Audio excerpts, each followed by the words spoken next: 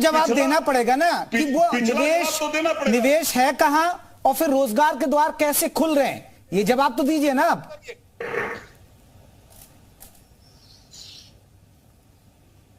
संजीव जी नहीं, देखिए ये फ्रस्ट्रेशन और डिप्रेशन कम करें। ये 5 साल की सरकार में 2012 से 17 में जिस तरीके से इन्वेस्टमेंट हुए थे उसका दुखड़ा न रोएं।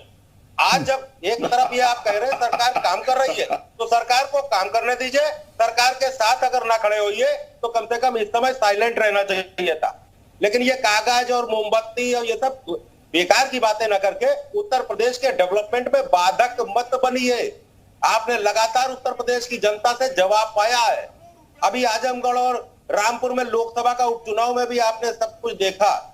नेताजी की वजह से, नेताजी को श्रद्धांजलि की वजह से मैनपुर जीत गए तो इसका कोई बहुत बड़ा मतलब नहीं है उपचुनाव का, बेहतर समझते हो। लेकिन अगर ये सब घर से ही हैंडीक्राफ्ट का बिजनेस करके हर महीने लाखों कमाते हैं।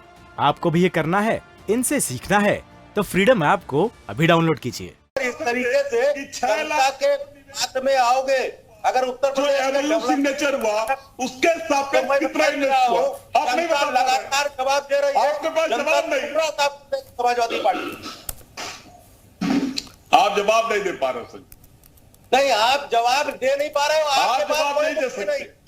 आपके पास कोई मुद्दे नहीं है। आप आज उत्तर 3 बार सबमिट हुआ, अरबों रुपए खर्च हुआ, माननीय प्रधानमंत्री जी भी आकर के सबमिट में शामिल हुए, गृह मंत्री आपके आए, तमाम व्यापारी आए, 6 लाख करोड़ का एमओयू हुआ और होने वाला आपका उत्तर प्रदेश के डेवलपमेंट में बाधा उत्तर प्रदेश की जनता जानना चाहती है डेवलपमेंट में विदेशों में जा रहे हैं और करोड़ों रुपया खर्च होगा, सबमिट कराएंगे उसमें खर्च होगा।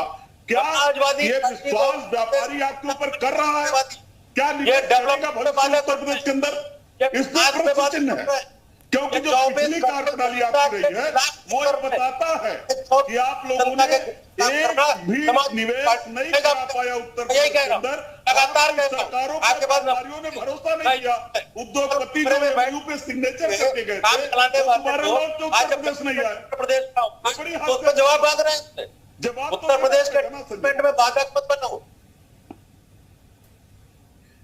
संजीव जी अब आप लोगों की प्लानिंग है 2023 में अब जीआईएस का जो होगा, अब ये आप ये क्या जो निवेश आ रहा है, क्योंकि 10 लाख करोड़ के आप 1 ट्रिलियन आप डॉलर इकोनॉमी की बात करें कि 1 ट्रिलियन डॉलर तक हमारी इकोनॉमी पहुंच जाएगी, तो 1 ट्रिलियन डॉलर तक इकोनॉमी पहुंचाने के लिए क्या आपको लग रहा है कि ये जो इन्वेस्टर समिट होगा वो कारगर साबित होगा?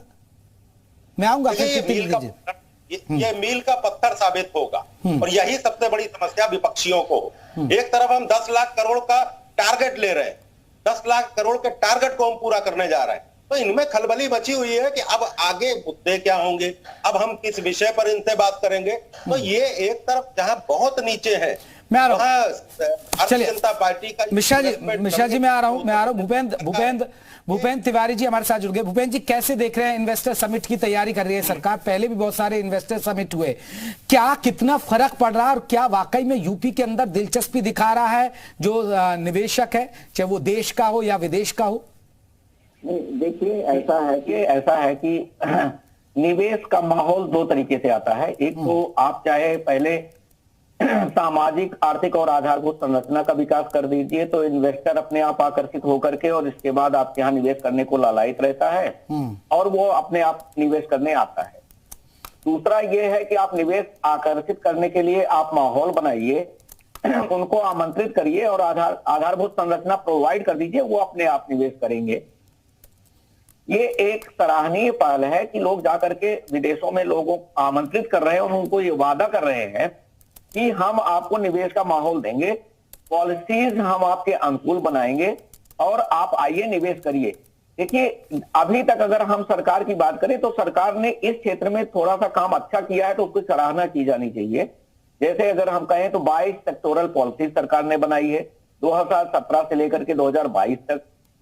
8% का कंट्रीब्यूशन टोटल इकोनॉमी में यूपी की इकोनॉमी कर रही है, टोटल जीडीपी में। सेकेंड थर्ड लार्जेस्ट इकोनॉमी है उत्तर प्रदेश इंडिया की और मैं अगर सबसे बड़ी बात करूं तो ईज ऑफ डूइंग बिजनेस में जो उत्तर प्रदेश की रैंकिंग है वो सेकंड रैंक है। तो इन सबको अगर ध्यान में दे रहे हैं कि रेलवे नेटवर्क में देख लीजिए, सबसे बड़ा रेल नेटवर्क इंडिया में उत्तर प्रदेश का है। रोड ट्रांसपोर्टेशन सबसे बड़ा नेटवर्क जो है वो उत्तर प्रदेश का है।